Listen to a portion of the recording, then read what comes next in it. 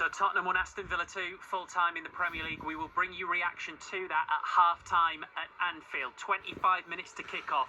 Liverpool versus Manchester United. Correspondent John Murray's got the teams.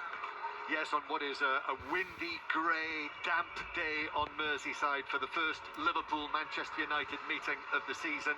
Liverpool, still no goalkeeper Alisson, but Konate and Gravenberch are fit.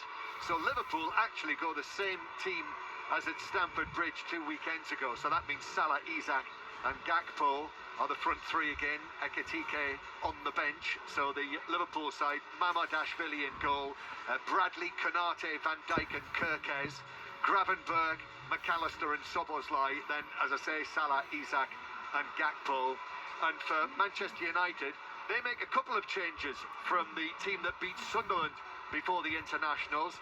Benjamin Sesko, who has scored in his last two for Manchester United, is only a substitute for this one.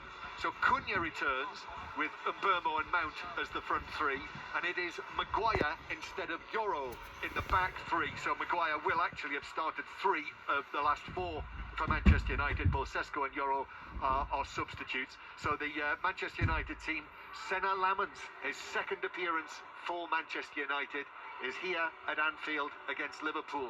Then De Ligt, Maguire and Shaw, Diallo, Casemiro, Bruno Fernandes and Dalot, and that front three of Mbeumo, Cunha and Mount. And just to add, Steve, that Mazraoui returns after missing a couple of matches as one of the Manchester United substitutes. So we've got Stephen Warnock alongside John for commentary. Also with us live on 5 Live from somewhere around the press room at Anfield, I think, is ESPN senior writer Mark Ogden. Afternoon, Mark. But what's the chat down there then? Is Sesko not starting a surprise, do you think? It's a bit of a surprise. There's two reasons why it's a surprise. He's given United a bit of a focal point. He's a centre forward who can hold the ball up, can flick it on. We've seen that, be effective in a few games recently. But another element is that Arne Slot was talking on Friday about how much Liverpool are mindful of United's threat in the air. How the set pieces, the throw-ins, and Sesko's a big part of that. He's 6'4". He's useful in the air. So by not selecting Sesko, United are kind of diminishing that threat quite a lot. But obviously Cunha has a different set of qualities. Maybe they're thinking that with Van Dijk and Konate they can move the Liverpool defence around a bit rather than give them a more static target to hit. So it is a bit of a surprise, but Ruben Amorim's team selections often leave the question the selections at times. Well, let's do that, because Stephen, maybe you'll have an opinion on this. I'm looking at it on paper. Do you think potentially it's Mount false 9 with Cunha and Mbeumo behind him, or is Mount playing somewhere else? Never really know where Mason Mount's playing, do you? No, I think Mount will play probably off the left and Cunha through the middle, right. Maybe, and them two will probably interchange, but I see Mbeumo playing off that right-hand side. I think one thing I would say, Steve, is that from having watched Manchester United, I don't think Sesko is a great presser of the ball. I think he's a good physical output. I think he's that target man that United need and have wanted, that different type of player. But if you're coming to Anfield, what do you need? You need players who are going to get back into a midfield position and outnumber Liverpool in that midfield area. We've talked about Manchester United and Bruno Fernandes and Casemiro being light in midfield and not really covering much ground. So what do you need to add into there? Maybe Mason Mount will drop back in and make that a 3 as well. So it just gives them that little bit more security in being able to press from the front. So I actually understand why he's done it away from home. That is really interesting, Stephen, because I think if I was a Manchester United fan, I would be thinking, why are we spending £74 million on a player if when it comes to a game like Liverpool, he isn't the right fit for that match? Okay, so why is Florian Wirtz on the bench for Liverpool, who's cost even more? It's part and parcel of football. It's rotation. It's playing the right players for what is happening in this game, and it's probably different away from home than it is at home. I think he starts if the game's at home, but away from home, I think it's slightly different. And as Mark says there, maybe in the last 20 minutes, if it's 0-0, he brings Sesko on to cause all kinds of problems to the back line, and suddenly you've got Sesko who's 100% ready to come into a game, and Van Dijk and Konate might have been feeling a little bit run ragged by the other three players and a little bit fatigued, and then all of a sudden you go, right, go change the game for us, go win it for us. It could be the perfect plan. Let's talk goalkeepers then, shall we? This is one of the things, John, that I think is great about this fixture. Like we've said, it's always a massive game, but because of how big an occasion, how big of an event fixture it is, how fascinating to have two goalkeepers playing only their second Premier League games for these teams.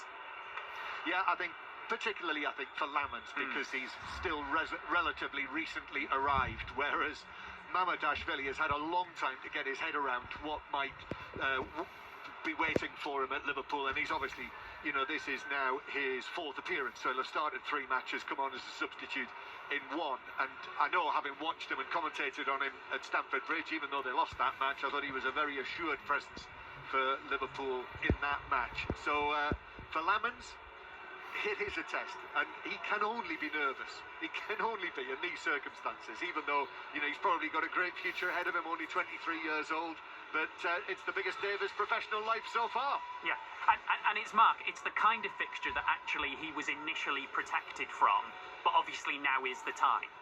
Yeah, he's had a couple of weeks to adjust to the club and to get to know his defenders, and that is important because you need to know which side of the box they're going to pass it to. Little things like, is he right-footed, left-footed? So I understand why he was kind of held back a bit, considering his inexperience as well. But I read an interesting piece with Thibaut Courtois this week. I think he spoke to some journalists after Belgium played Wales, and he said he was asked if he could give some advice to Lamans, and he said, well, they're playing at Liverpool. He said what he should do is he should applaud the cop before he goes to the goal. I'm thinking that's probably not the best move for a Man United goalkeeper, because he won't get much back. But yeah, I just think it's a huge game, but these are the games that if you're playing for Man United, you're going to have to play these games.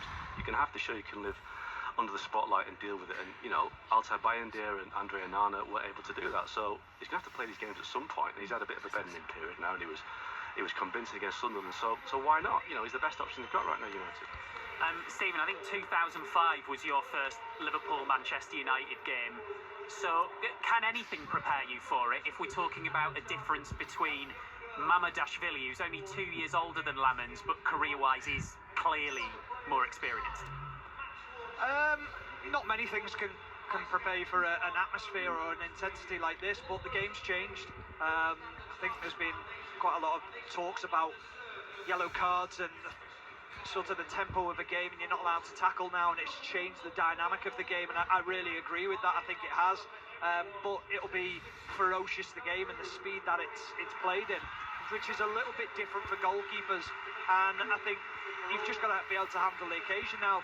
Both goalkeepers have been brought into their respective clubs because they're deemed to have the quality to be able to play in them occasions, and I don't see any issues for the two goalkeepers at all. I think they're both of high quality. I think Mamadashvili is a little bit different because he's had sort of 4 or 3 years out at Valencia, showing his quality and how much of a good goalkeeper he is, whereas Lamans is a little bit different. It's probably he's coming from Royal Antwerp into a Manchester United team, which is a huge step up, whereas Valencia are a big team in La Liga. They're not Liverpool, but they're still a big team. So match of the day tonight, 10:30 BBC One, Mark Chapman, Troy Deeney and Shay Given. Shay was with us earlier on 5 Live. Here he is on coping as a goalkeeper with the biggest occasions. The mad thing about goalkeeping, like you might not touch the ball for an hour, and then you make a mistake and you might not touch the ball again for another 20 minutes, and you have to make a worldly save to try and keep your team in it or whatever. So